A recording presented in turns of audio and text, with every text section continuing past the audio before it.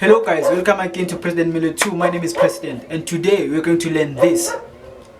Now this is a simple photo whereby I'm holding my own head in my other hand. Now the first thing first, this is what you need to do. It's simple and easy. First thing first, take a photo of yourself and the photo of that background. Make sure it's clear and no movement at all. Step number 2, go to your computer, create a folder. Take your background photo and put it there, and also your photo. Go to your program and open. Make sure you open an empty template. This could be any color. Mine is blue, but yours can be white. Then put the first background photo, then a photo of yourself on top.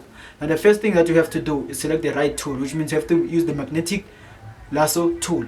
Cut on your head and make sure you crop it all out smoothly. Take your time and make sure you make it as smooth as possible. Then secondly, after cropping it out, after you completed cropping it out, go to your edit and say copy. Then after say paste. Then after saying paste, you can select it off from the other settings on your right hand. Then the second thing that you need to do is to drag your head to your other hand with your right hand. It could be also your left hand depending on your photo. Then after, you can use eraser to make sure that your head is smooth as possible. Then another step which you need to do is make sure that you rub the background which is on top so that it blends with the background behind.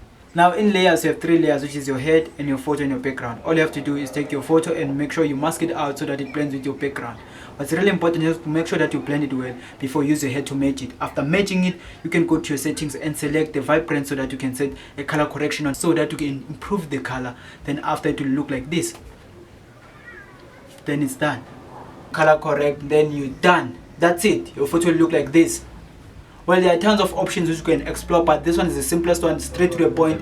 You can use tools to improve it, lasso tool or magnetic or eraser, and make sure you can tweak it to more options. But what's really important is that it is simple and follow the steps that I gave you.